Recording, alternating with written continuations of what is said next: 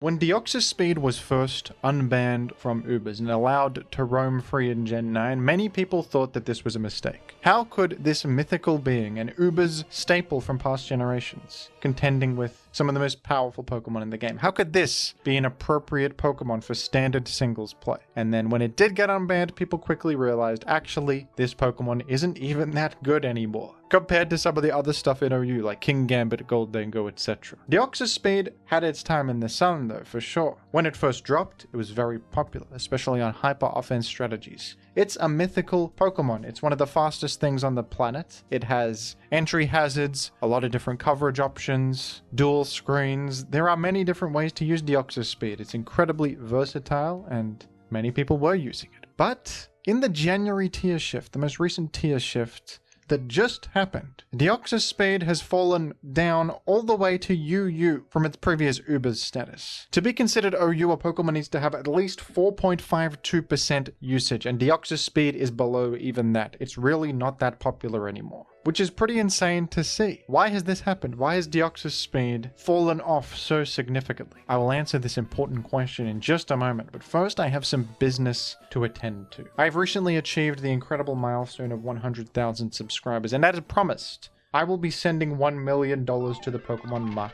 The money is in transit right now. I have made the transaction, but it's going to take a while for this to arrive to Muck. But don't worry, that money is in good hands and it's on the way. All Muck has to do is sit and wait, and he will be a Muckillionaire in not too long. So don't worry, folks. I have held up my end of the deal, and the rest is just a matter of time. Thank you for understanding. So anyway, back to the matter at hand. Deoxys-Speed. How could this Pokemon not even be popular enough for an OU ranking anymore? Well, things have changed in the modern world, and Deoxys-Speed is not what it once was. In the past, Deoxys-Speed was the most effective hazard setter in the entire Ubers tier, and it was very popular as a result. In singles, a hazard setting lead is a classic Pokemon archetype, and if you are fast and you have hazards and other support options like Taunt, maybe Rapid Spin, maybe Defog as anti-enemy hazard technology, you're probably going to be pretty decent as a hazard setter, especially if you're fast. And Deoxys-Speed is very straightforwardly the fastest thing in the game, or at least it was before Regieleki came onto the scene. So the concept of just setting Stealth Rock or Spikes on the field and also taunting enemy hazard setters is just a solid idea in singles. But is that really true anymore? In Gen 9, is Deoxys-Speed a desirable hazard setter for the early game? Well, the archetype of sacrificial hazard setter isn't quite as great as it once was, largely because of the addition of boots to the game.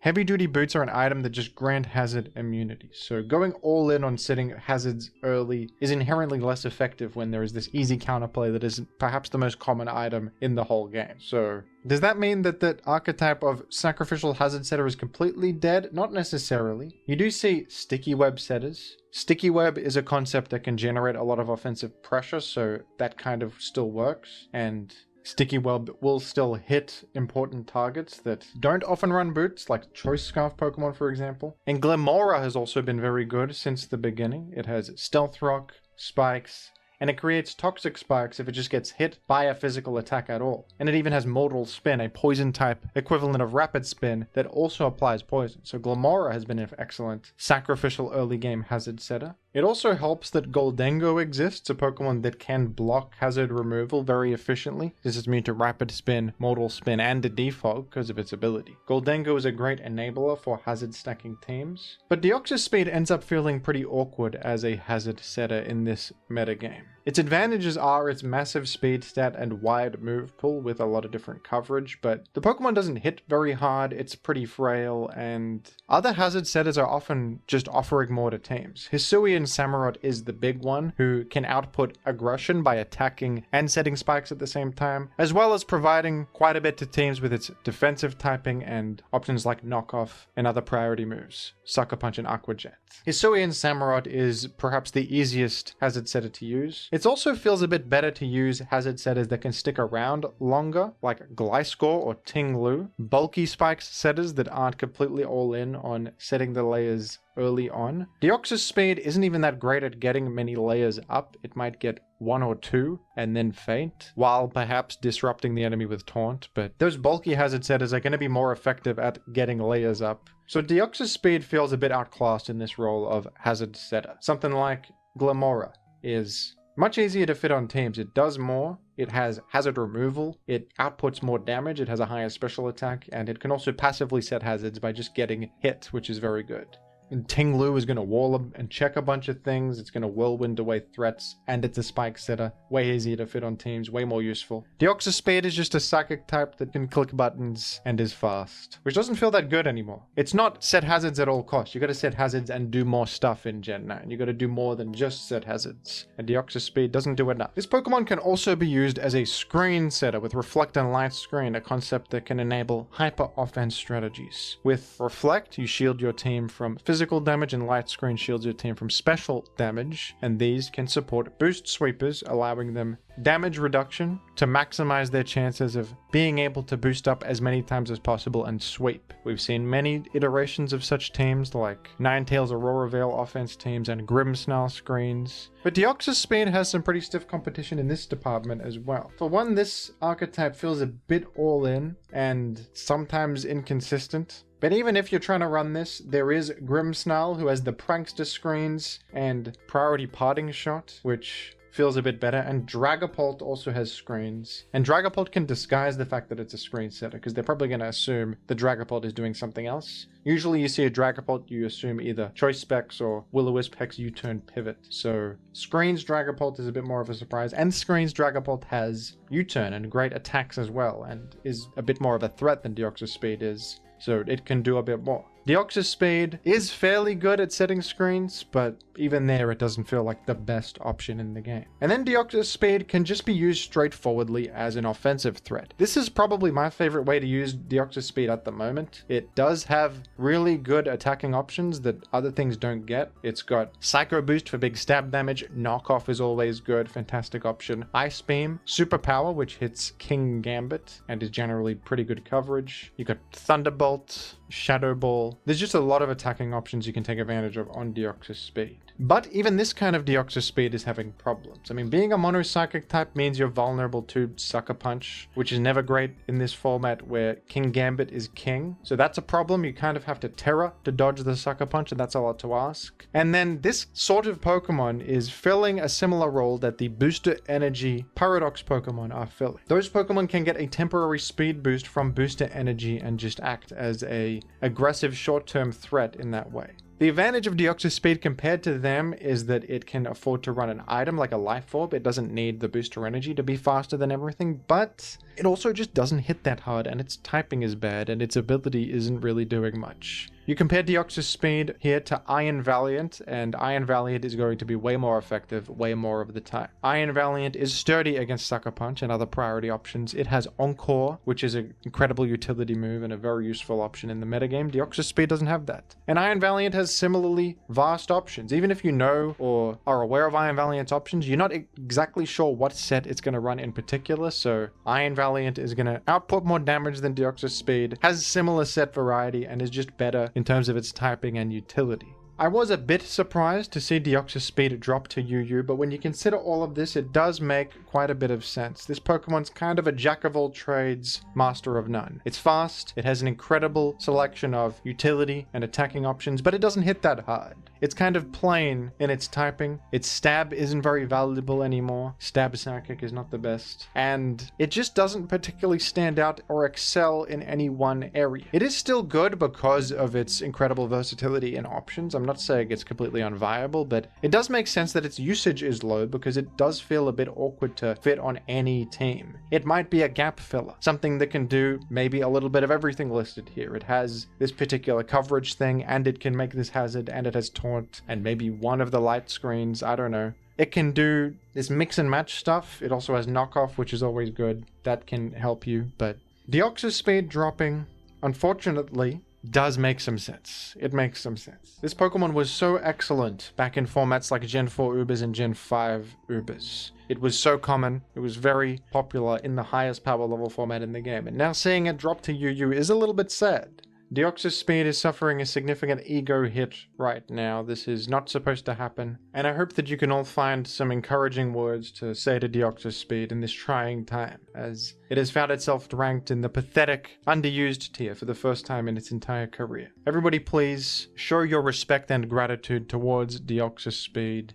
and let it be known that we are all supportive and understanding in this insane new world we live in.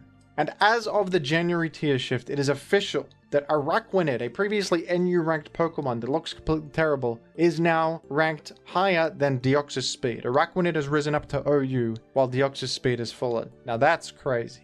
Araquanid has proven itself to be an incredibly consistent sticky web setter, and I recently made a video about how this is on the rise, and here it is literally OU ranked, as sticky web is a pretty popular archetype right now, and Araquanid is monopolizing the market with its effectiveness as a sticky web lead. Araquanid's biggest competition is Ribombee, but Araquanid tends to be better as it can live a lot of hits in the lead slot. It has a great special defense stat. It has the bulk to be able to proc Kostapberry very often and get maybe an Endeavor or just a powerful Surf into Great Tusk and other such things like Gliscor. And Dior can be used to make Endeavor Kostapberry activation more consistent, or you can go Miracle, which is another really great option to just counterattack against like a Zapdos or something trying to hit Araquanid super effectively. It can live a lot of hits and just KO back. What's cool also is that even though you have a bad special attack stat of only 50, Water Bubble doubles the power of water moves, which actually makes Surf hit really hard even though your special attack isn't that good. You just deal so much damage with water type moves, regardless of your actual stat. I have always really liked this Pokemon, so I'm pretty happy to see it actually viable in OU. Ribombee I like too, but I guess your time has come to an end, Ribombee. There's a new Spider-Man in town setting webs and defeating enemies. And it's not you. It's never been you. I was also impressed to see that Pecharunt rose up to OU status. I was a bit disrespectful to this Pokemon before, I'll admit to some bias against it.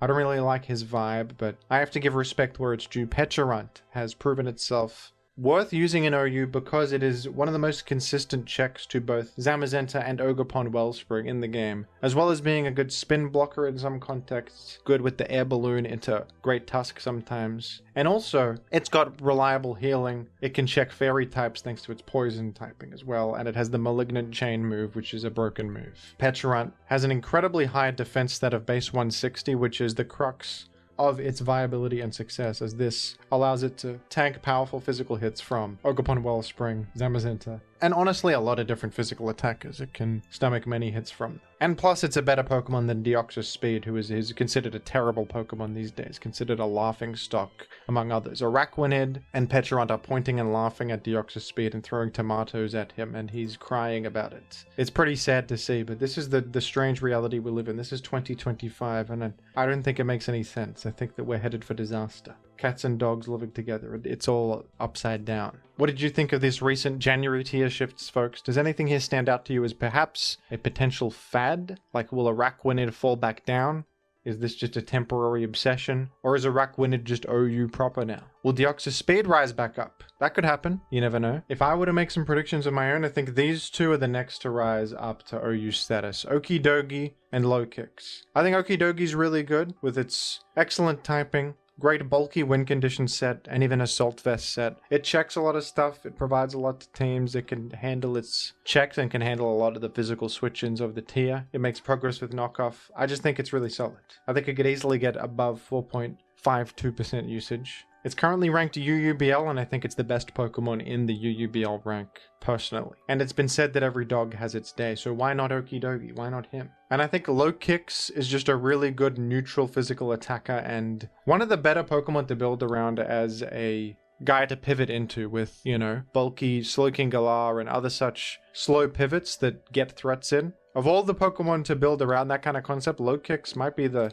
best. It has Tinted Lens, which hits through resistances, and then you got like every good stab move of all time. U-turn, knockoff, and First Impression are just amazing. First Impression can be used to revenge KO so many things. Lokix can sometimes just solo offensive teams on its own with just repeated pivot in First Impression. It's so powerful. And U-turn on this hits so hard. It hits like a cricket bat. It hits like, not like a truck, but it hits like a cricket bat swung by a professional cricket player such as Donald Bradman.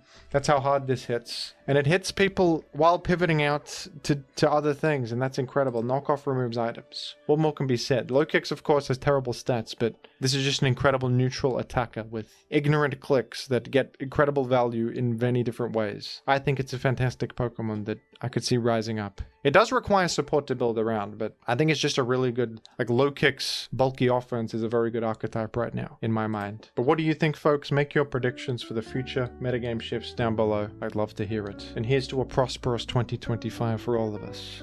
Thank you for watching.